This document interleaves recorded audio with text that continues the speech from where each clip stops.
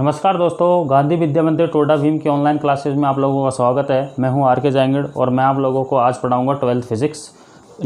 अब 11th की मैंने वीडियो डाल चुका हूं और ये 12th की है, अपनी फर्स्ट वीडियो है, तो ध्यान से देखें, अंत तक देखें वीडियो को। तो दोस्तों अपन चलते हैं, आज पढ़ते हैं फर्स्ट यूनिट। आपका जो फर्स्ट लेसन है स्थिर विद्युत की है, स्थिर विद्युत की। इसकी आपकी 4 यूनिट दी हुई है, 1 से 4 तक, जो कि आपकी 7 नंबर की आती है। 1 से 4 तक की यूनिट है, 7 नंबर की आती है, जिसमें एक तो आता है आपका 4 नंबर का मेजर क्वेश्चन, एक आता है 2 नंबर का आपका न्यूमेरिकल टाइप और एक आता है आपका 1 नंबर का क्वेश्चन। इस प्रकार ये टोटल नंबर्स बनते हैं आपके 4। तो आपकी 1 से 4 तक जो यूनिट है वो आती है स्थिर विद्युत की के अंतर्गत। फिर दूसरा भाग आता है आपका धारा विद्युत की, जिसमें आपकी 5वीं और 6ठी यूनिट आती है। तो अपन को सिर्फ स्थिर विद्युत की के बारे में पढ़ना है और 1 से 4 तक की यूनिट पढ़नी है, ठीक है। तो 1 से 4 तक की यूनिट में अपन का क्या क्या पढ़ना है वो आप लोगों को बता देता हूँ कि सिर्फ और सिर्फ पढ़ना है स्थिर आवेश के बारे में। अब देखिए यहाँ स्थिर विद्युत की परिभाषा क्या है और इसके बारे में थोड़ा सा आपको जानकारी दे देता हूँ। इलेक्ट्रोस्टैटिक्स,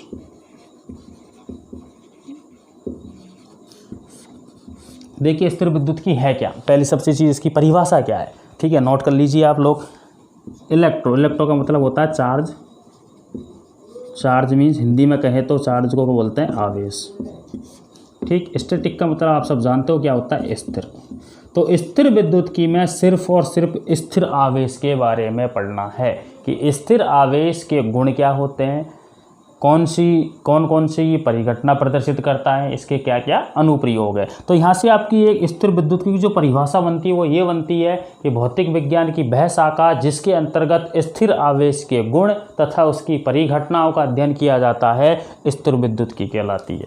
एक बार और सुन लीजिए, भौतिक विज्ञान की वह शाखा जिसके अंतर्गत स्थिर आवेश के गुण तथा उसकी परिघटनाओं का अध्ययन किया जाता है स्थिर विद्युत की कहलाती है।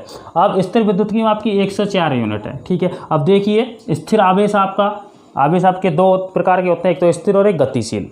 आवेश आपके क्या क्या प्रभाव दर्शाते हैं, आपका आरबीएससी बोर्ड में, राजस्थान बोर्ड की 12th की एग्जाम में कई बार 1 नंबर में क्वेश्चन पूछा जाता है कि स्थिर आवेश कौन कौन सी परिघटना प्रदर्शित करता है और गतिशील आवेश कौन कौन सी परिघटना प्रदर्शित करता है। 1 नंबर में कई बार पूछा गया है, तो मैं थोड़ा सा बता देता हूं आपको चलते टॉपिक में कि स्थिर आवेश सिर्फ और सिर्फ विद्युत क्षेत्र उत्पन्न करता है।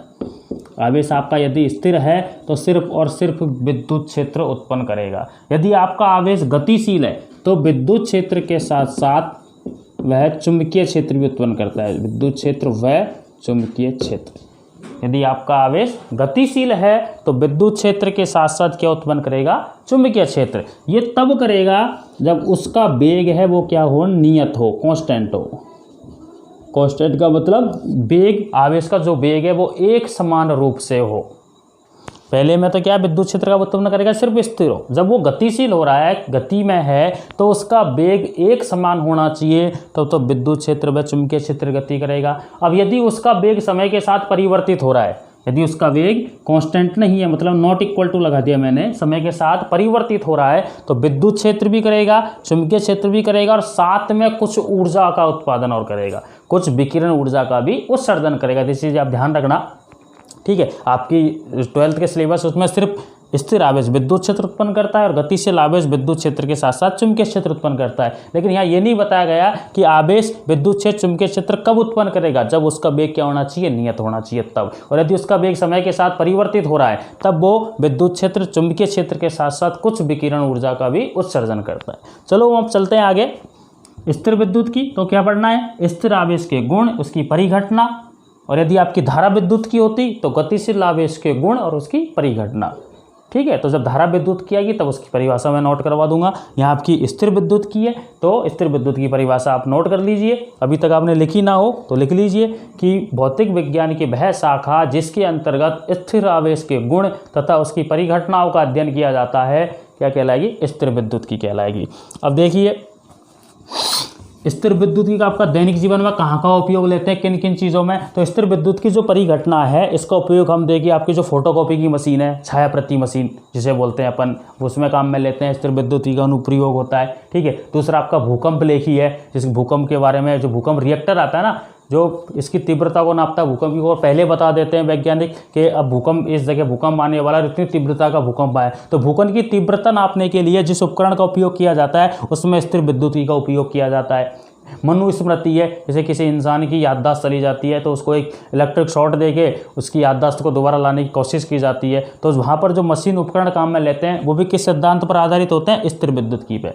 तो आपकी माइक्रोफोन होता है, माइक्रोफोन है, भूकंप लेखी है, फोटोकॉपी मशीन है, तो ये जितने भी आपके उपकरण हैं उनके अंदर स्थिर विद्युत की का उपयोग किया जाता है। मतलब स्थिर आवेश के गुण, उसकी परिघटनाओं का जो विस्तृत रूप है वो अपन यहाँ पढ़ेंगे, ठीक है। और जो स्थिर विद्युत की जो अनुप्रयोग है वो कहाँ का काम आता है, जो मैंने आपको उदाहरण अभी दे दिए हैं। तो आगे चलते हैं अपन। स्थिर विद्युत की में सबसे इंपॉर्टेंट चीज़ है क्या है? आपका आवेश।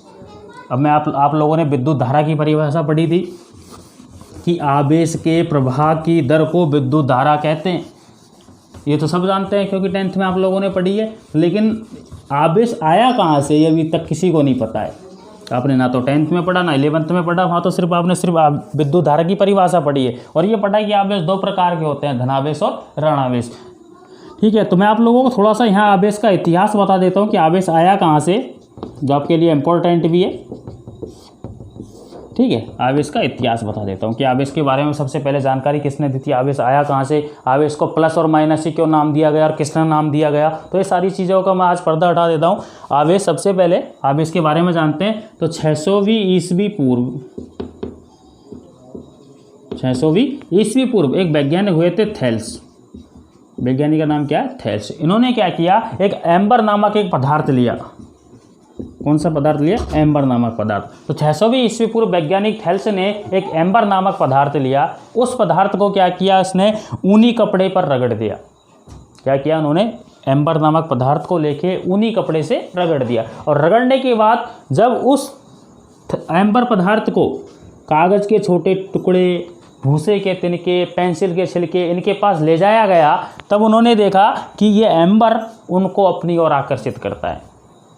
सबसे पहले क्या किया था, थेल्स ने एक एम्बर नामक पदार्थ लिया, इसको किसी ऊनी कपड़े से रगड़ दिया। अब रगड़ने के बाद इसको पेंसिल के छिलके, कागज़ के छोटे छोटे टुकड़े, भूसे के तिनके इनके पास लेके गए तो देखा क्या हुआ कि एम्बर उनको अपनी ओर आकर्षित करता है। लेकिन वो इसके बारे में कुछ ज़्यादा जानकारी नहीं दे पाए, एक सिर्फ उन्होंने एम्बर के बारे में बताया था। लेकिन इसके कुछ दिन बाद 1600 ईस्वी में, कौन सी ईस्वी में? 1600 ईस्वी पूर्व एक वैज्ञानिक हुए थे गिलवर्ट, डॉक्टर गिलवर्ट। जो ब्रिटेन की महारानी है एलिजाबेथ, उनके होम डॉक्टर थे, महारानी के होम डॉक्टर थे कौन? डॉक्टर गिलवर्ट। उन्होंने क्या किया, उन्होंने देखा कि ज़रूरी नहीं है एम्बर ही ऐसे गुण प्रदर्शित करता हो, और भी ऐसे प्रकृति के अंदर बहुत से ऐसे पदार्थ है जिनको किसी चीज़ से रगड़ा जाए तो वो हल्की वस्तुओं को अपनी ओर आकर्षित करे। तो इसके लिए गिलवर्ट ने क्या किया, कुछ और पदार्थ लिए, जैसे प्लास्टिक है, एवोनाइट है, रबड़ है, ठीक है। ऐसे पदार्थों को लेकर उनको भी उन्होंने क्या किया कि ऊन से, रेशम से रगड़ा और रगड़ने के बाद देखा कि जब उनको भी हल्की वस्तुओं के पास लेके जाते हैं तो वो भी हल्की वस्तुओं को अपनी ओर क्या आकर्षित करते हैं। गिलवर्ट ने क्या किया, 1600 ईस्वी में एम्बर के अलावा एवोनाइट, प्लास्टिक, कांच, रबड़, ठीक है, ऐसे पदार्थ लिए और उनको भी ऊन या रेशम के कपड़े से रगड़ा और रगड़ने के बाद देखा कि वो भी यही गुण प्रदर्शित करते हैं जो एम्बर करता है, कि हल्की वस्तुओं को रगड़ने के बाद हल्की वस्तुओं को अपनी ओर आकर्षित करता है। तो यहाँ से उन्होंने एक खोज की कि जब इन पदार्थों को किसी वस्तु से रगड़ते हैं, ऊन से या कपड़े से रगड़ते हैं, इन पदार्थों में ऐसा कौन सा गुण आ जाता है कि हल्की वस्तुओं को अपनी ओर आकर्षित करता है। रगड़ने से पहले तो ऐसा कुछ गुण था नहीं इसमें, और रगड़ने के बाद ऐसा क्या गुण आ गया कि हल्की वस्तुओं को अपनी ओर क्या करते हैं, आकर्षण। तो उन्होंने क्या किया, इस परिघटना के आधार पर यहाँ से एक घर्षण विद्युत का नाम दे दिया कि जब किसी दो वस्तुओं को आपस में रगड़ा जाता है तो रगड़ने से किसी एक वस्तु में एक ऐसा गुण आ जाता है जो हल्की वस्तुओं को अपनी ओर आकर्षित करता है, उसका नाम दे दिया घर्षण विद्युत। और इसी के आधार पर उन्होंने आवेश की एक परिभाषा दे दी। आवेश की परिभाषा क्या थी, उन्होंने आवेश की परिभाषा दी कि जब दो हल्की वस्तुओं को परस्पर आपस में रगड़ा जाता है, जब दो वस्तुओं को परस्पर आपस में रगड़ा जाता है तो घर्षण से किसी एक विशेष वस्तु में आया वह विशेष गुण जो हल्की वस्तुओं को अपनी ओर आकर्षित करता है, उस गुण को आवेश कहते हैं। जब दो वस्तुओं को आपस में रगड़ा जाता है तो रगड़ने से या घर्षण से किसी एक वस्तु में आया वह विशेष गुण जो हल्की वस्तुओं को अपनी ओर आकर्षित करता है, उस लाक्षणिक गुण को क्या कहेंगे, आवेश कहते हैं। ठीक है, अब आवेश पता चल गया यहाँ से कि आवेश आया कैसे। आवेश आया कैसे, घर्षण से, जब दो वस्तुओं को रगड़ा, आपने देखा होगा कि जब आप सर्दियों में ऊनी कपड़े पहनते हो तो ऊनी कपड़े में आपकी चिंगारी से निकलती हुई आपको प्रतीत होगी। क्यों? क्योंकि जब घर्षण होगा ऊनी कपड़े पे तो वहाँ आपका आवेश आ जाता है और आवेश से ही आपकी चिंगारी उत्पन्न होती है। अपन दो पत्थरों को आपस में रगड़ते हैं, ठीक है, तो घर्षण से ही आपकी चिंगारी निकलती है। दो धातुओं को आपस में रगड़ते हैं तो घर्षण से आपकी चिंगारी निकलती है। घर्षण से होता है क्या है कि उन वस्तुओं के अंदर एक विशेष गुण आ जाता है, आकर्षण से, वो आवेश कहलाता है। ठीक है, तो अब चलते हैं आवेश की प्रकृति, कि आवेश की प्रकृति क्या होती है और कितने प्रकार का होता है। तो इसके लिए वैज्ञानिकों ने, बेंजामिन फ्रैंकलिन ने एक अनुप्रयोग किया आवेश की प्रकृति का निर्धारण करने के लिए कि आवेश की प्रकृति क्या होती है, धनावेशित, ऋणावेशित, ये बाद में पता चला। ठीक है, तो आवेश की प्रकृति के लिए बेंजामिन फ्रैंकलिन ने कुछ प्रयोग किए सन 1750। क्या प्रयोग किया कि उन्होंने सबसे पहले क्या किया, एक कांच की छड़ ले ली। ध्यान से देखिए, समझिए क्या किया, एक कांच की छड़ ली।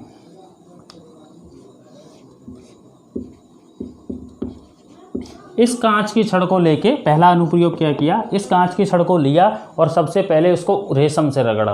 और रगड़ने के बाद, अब मैंने पहले बताया था कि जब वस्तुओं को रगड़ेंगे, रगड़ने से वस्तु में क्या आ जाता है, एक विशेष गुण आ जाता है, आवेश आ जाता है। ठीक है, तो उन्होंने क्या किया, एक कांच की छड़ ली और इसको रेशम से रगड़ दिया और रगड़ने के बाद इस कांच की छड़ को किससे लटका दिया, धागे के सहायता से लटका दिया।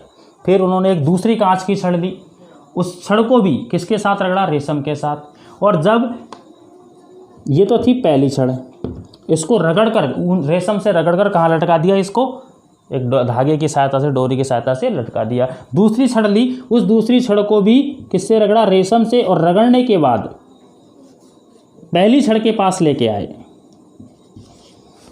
दोनों ही कांच की छड़ है, ये भी कांच की छड़ है, ये भी कांच की छड़ है, दोनों कांच। पहली छड़ को तो रगड़ कर लटका दिया और दूसरी छड़ को रेशम से रगड़कर जब इसके पास लेके आए तो उन्होंने देखा कि ये दोनों छड़ एक दूसरे को प्रतिकर्षित करती है।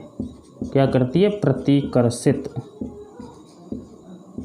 मतलब यहाँ से ये चीज़ तो प्रदर्शित हो जाती है कि दोनों के ऊपर जो भी गुण आया है वो समान है, क्योंकि समान चीज़ें एक दूसरे को क्या करती है, प्रतिकर्षित करती है। तो तब इस चीज़ के आधार पर उन्होंने ये कह दिया कि आपके आवेश से वो सजातीय होते हैं। इसके ऊपर भी एक जाति का है, इसके ऊपर भी एक ही जाति का है। मतलब सजातीय चीज़ों में क्या होता है, प्रतिकर्षण होता है। ठीक है, तो क्या किया, पहले कांच की छड़ ली, रेशम से रगड़ा, पहली को लटका दिया। दूसरी छड़ ली कांच की, उसको रेशम से रगड़ा और जब पहली के पास लेके आए तो देखा दोनों एक दूसरे को प्रतिकर्षित करती है। ठीक है, पहला प्रयोग ये किया। फिर एक प्रयोग और किया, उन्होंने सोचा कांच के साथ ऐसा संभव है तो उन्होंने क्या किया, एक प्लास्टिक की छड़ ली। कांच की जगह पर किसकी ले ली, प्लास्टिक की। अब प्लास्टिक की छड़ को रगड़ा किससे, ऊन से। ऊन से रगड़कर प्लास्टिक की छड़ को लटका दिया। एक और दूसरी प्लास्टिक की छड़ ली, उसको भी ऊन से रगड़ा और रगड़ने के बाद जब पहली छड़ के पास लेके आए तो देखा तो यहाँ भी क्या होता है, प्रतिकर्षण होता है। मतलब यहाँ भी ऐसा पता लग रहा है कि जो पहली छड़ पे था वो इसी दूसरी छड़ पे, मतलब दोनों पर समान प्रकृति के आवेश, जो भी चीज़ है, जो भी गुण है, दोनों पर क्या है, समान प्रकृति का है। तो देख लिया कि यहाँ भी एक दूसरे को क्या थी, दूर हट रही है, प्रतिकर्षण हो रहा है दोनों में। फिर तीसरा एक अनुप्रयोग किया उन्होंने। तीसरे में क्या किया, एक तो ली कांच की छड़, उसको रेशम से रगड़ कर लटका दिया और दूसरी ली उन्होंने प्लास्टिक की छड़, दूसरी ली प्लास्टिक की। इसको कांच की को रगड़ा किससे, रेशम से, और जो आपकी प्लास्टिक की छड़ है उसको रगड़ा ऊन से।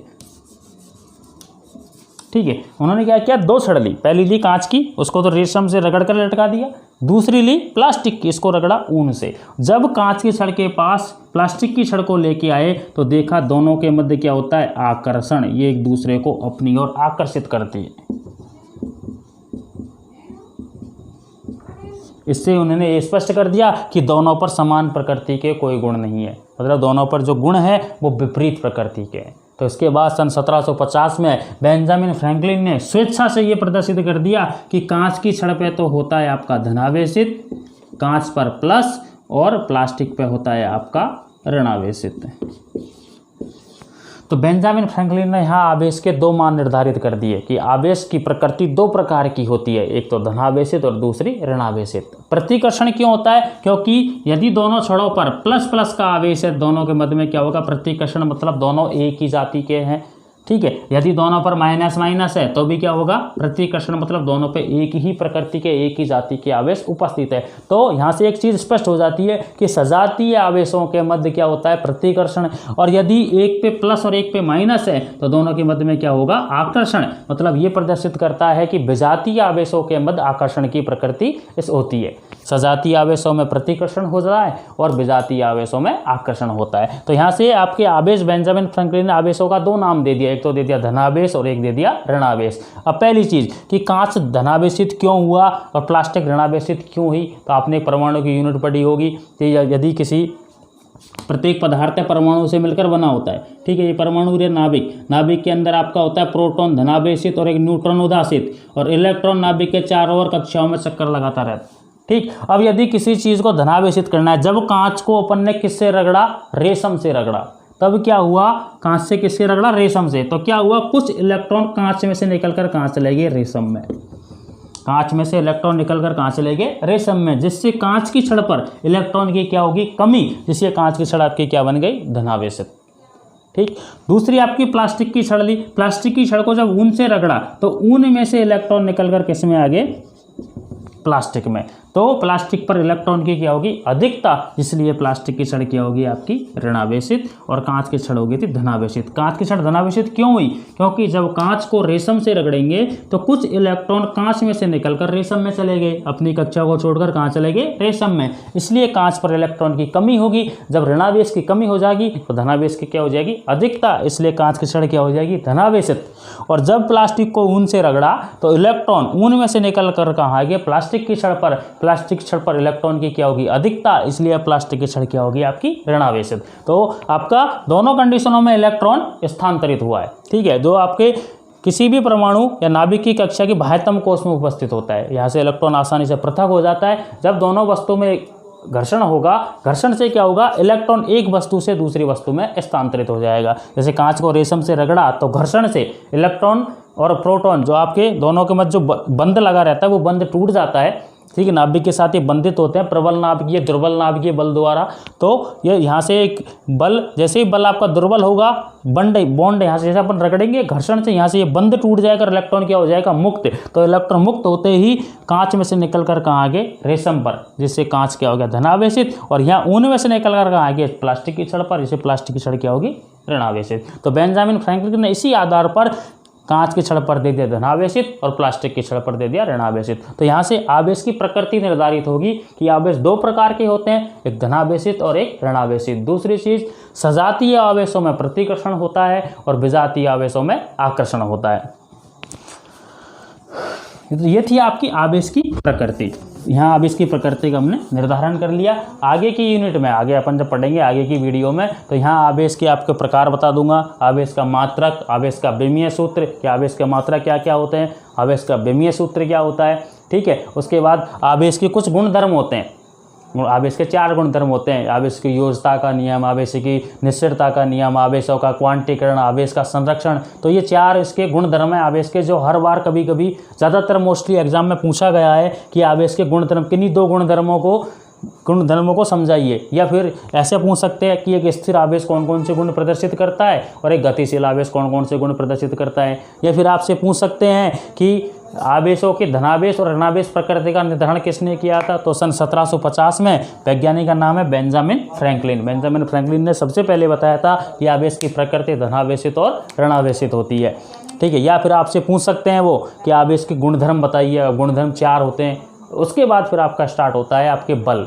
कूलाम का बल, जो आवेशों के मध्य लगता है। तो अपन जो नेक्स्ट वीडियो धीरे धीरे अपन आगे बढ़ते रहेंगे और इसी प्रकार मैं आप लोगों के वीडियो डालता रहूँगा। धन्यवाद दोस्तों।